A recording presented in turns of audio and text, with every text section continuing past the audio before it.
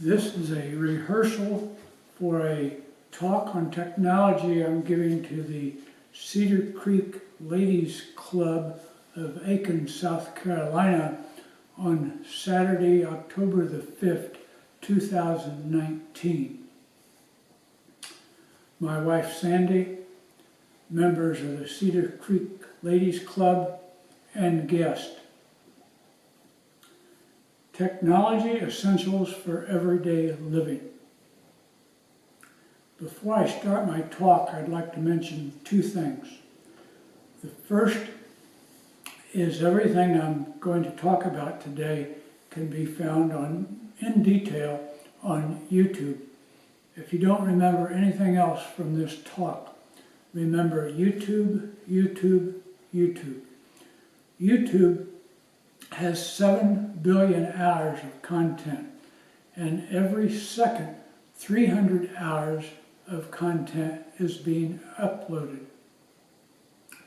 And secondly, I'm going to be zipping through this talk at a macro level because I've really got too many things that can be covered in just, say, 25 minutes that I'd like to talk. And then we'll open it up for Q&A. So let's get started. I'm going to talk in 4 categories. Those will be backup and passwords, privacy and tracking, phones, that's land, flip, and smartphones, and streaming paid subscriptions, Netflix, Prime, Hulu, Vudu, Apple TV Plus, and Disney Plus. First category, backup and passwords. The cloud is where a lot of people back things up. Now, cloud is rather a nebulous subject. Reminds me of a quick story.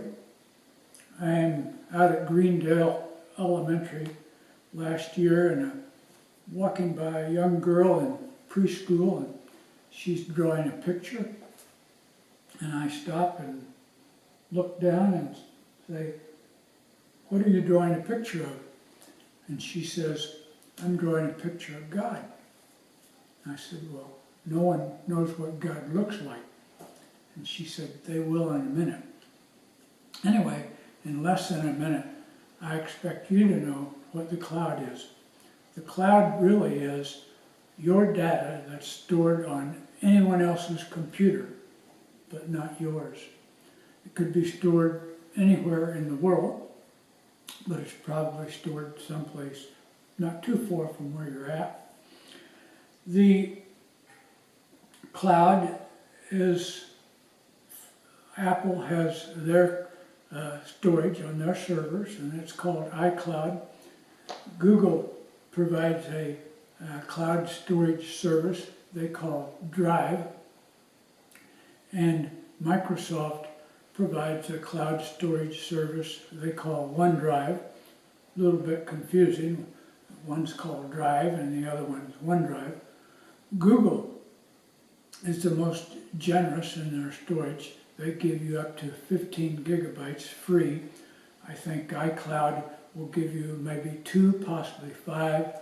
Microsoft, the same as Apple. You can store a great deal on 15 gigabytes free. So unless you're going to store movies or something like that in the cloud, or a huge amount of photographs, you'll never run out of 15 gigabytes of storage for spreadsheets and Word documents and things like that. The corporate levels of cloud storage are Amazon Web Services. They're the biggest, IBM, Hewlett-Packard, and Dell.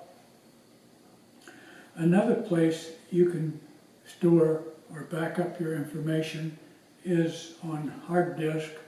an external hard disk. There was a business in New York, photography. They wanted to have more security, so they went out and bought an external hard drive.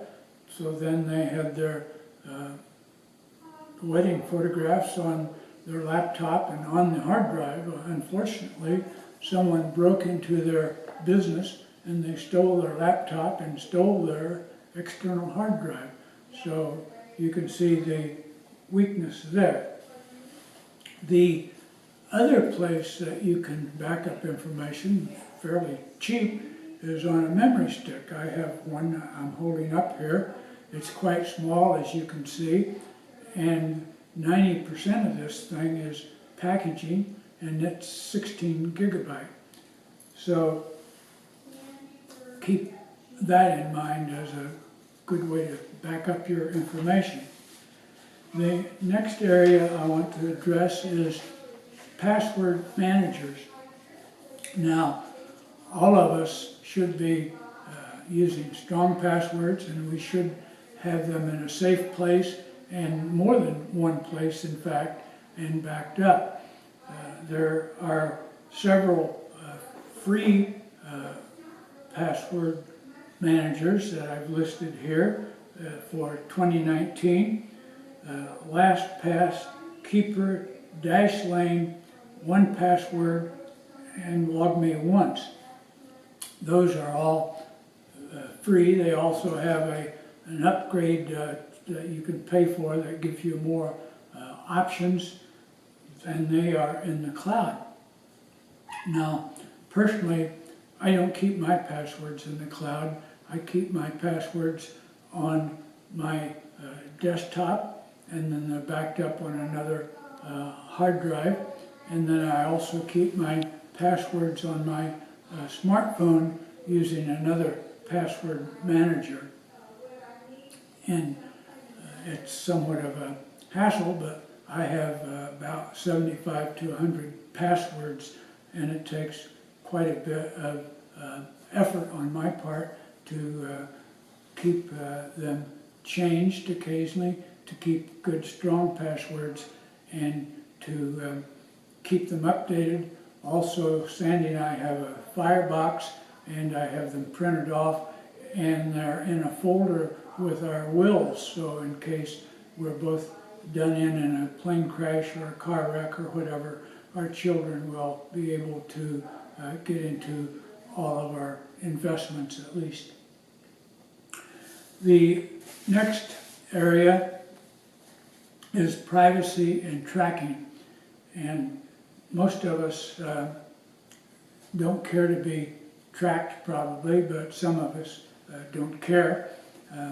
For example, I like my Google Maps, and 2 years ago Sandy and I spent a month in Spain, so I can take my smartphone right now and look at it and tell you where we were on any particular day in Spain, and timestamp where we were going, what we were doing. And if I wanted to, of course, I could delete that. Another thing is virtual private networks, and most of us don't need that, but if you really don't want anyone to know what you're doing, you can subscribe to one of those services. That service will provide you basically a proxy server. So every time you go to the internet, you go to their server first. It scrambles the information that you have, puts it through different tunnels, and then it goes to where it should go, and then it comes back and goes back through the server, unscrambled, and back to you. And this costs typically $7 or $8 a month. I just thought I'd mention it.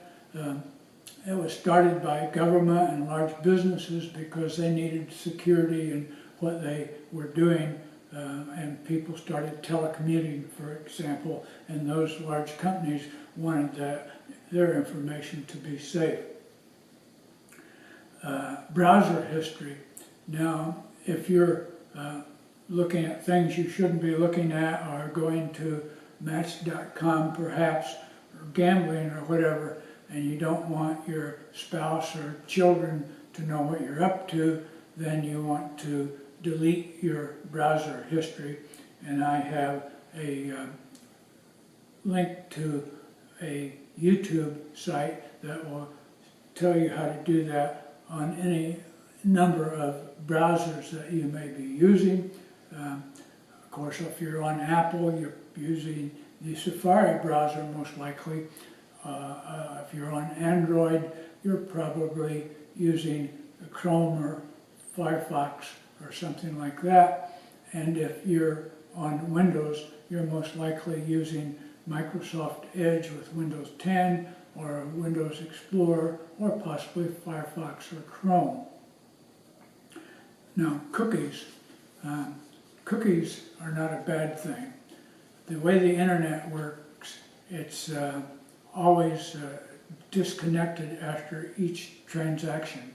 So if you're looking for a pair of shoes on Amazon, for example, Amazon will send cookies to your computer showing that you were looking at shoes, and then you're disconnected.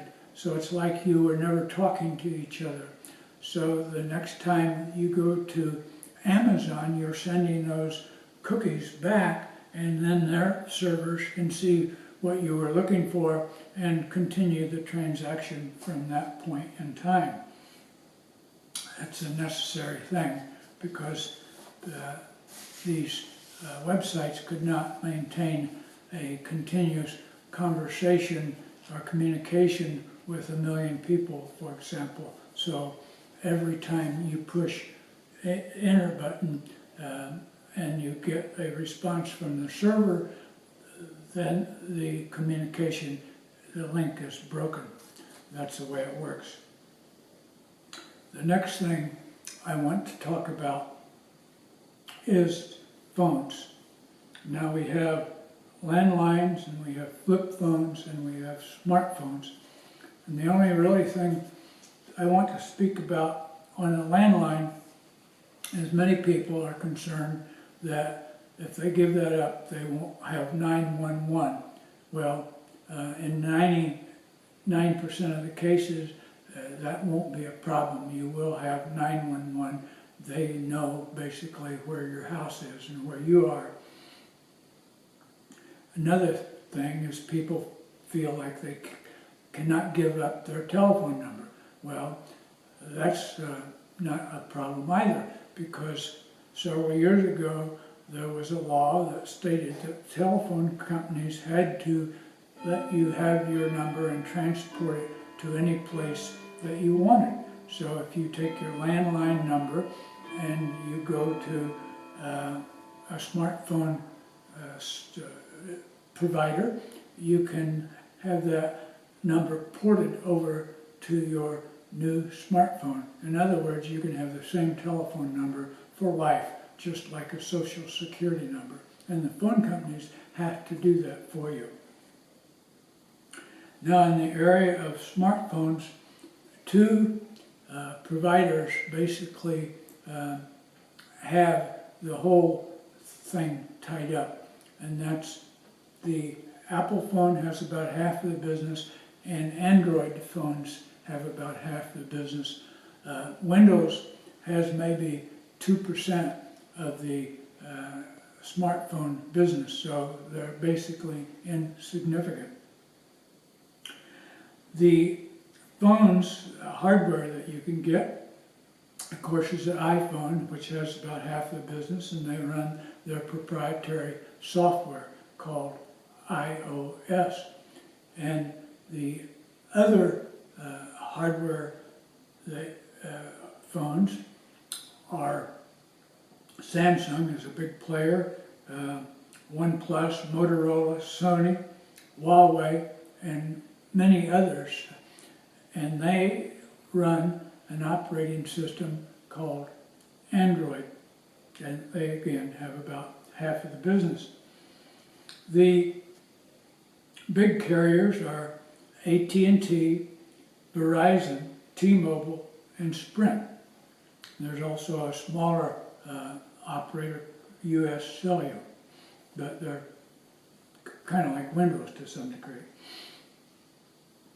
Now, the small carriers are Metro by T-Mobile, Straight Talk, Boost, Cricket, TracFone, and Consumer Cellular, and others. Now, you can get the same thing from the small carriers that you can get from the large carriers, except at a better price. And so why is that? Because all the large carriers have excess capacity. However, sometimes they don't have excess capacity. For example, let's say you're at a music concert or a football game or someplace like that, and you try to make a phone call, no matter what service you have, in those scenarios, you can have a problem. But what happens where there is heavy traffic, then the big players who also own the small players, they give the premium service to people who are on AT&T and T-Mobile and Sprint and Verizon, and then you're second in line, if you will, if there's heavy traffic, if you are Metro by T-Mobile or Straight Talk or some of those. And just as something informational I think is interesting, I wanted to tell you that you have 5 radios in your phone, and a lot of people don't think of it in those terms, but there's no cord there, so anytime you're communicating with your phone, your smartphone, if you're looking at your maps, you're using a GPS receiver, it's receiving radio waves. And if you're using it for Wi-Fi, you could be on 2.4 gigahertz band or the 5G band. And some of you who have dual band routers in your home, at least you have an idea what I'm talking about. And then, of course, if you're using your telephone to talk, you're on the 840 megahertz band, and that's a radio receiver transmitter. And the last thing I want to talk about is streaming by subscription. And all of you probably are aware of Netflix, and then of course there's Amazon, there's Vudu, that's if you want to rent or buy a movie, that's owned by Walmart. And then there's Hulu, which is a subscription service, and that's typically television programs. They offer something around $6 or $7 a month, I believe. And then there's YouTube TV, and that's a subscription service. And starting this month, there is Apple TV Plus. They're getting in, they're late in the game, and they're offering their subscription service for $5 a month. And then Disney Plus. Disney is, again, they're just starting this month.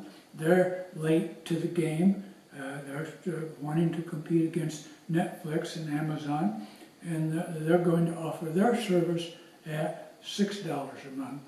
And then there's Sling TV, which was a first subscription service that basically took cable services and offered them over the internet. And they have 2 tiers. One offers sports at $25 a month, and the other offers non-sports, if you will, for $25 a month. And there's probably 50 or more channels available on each one of those tiers. That wraps it up, so I'm opening it for Q&A.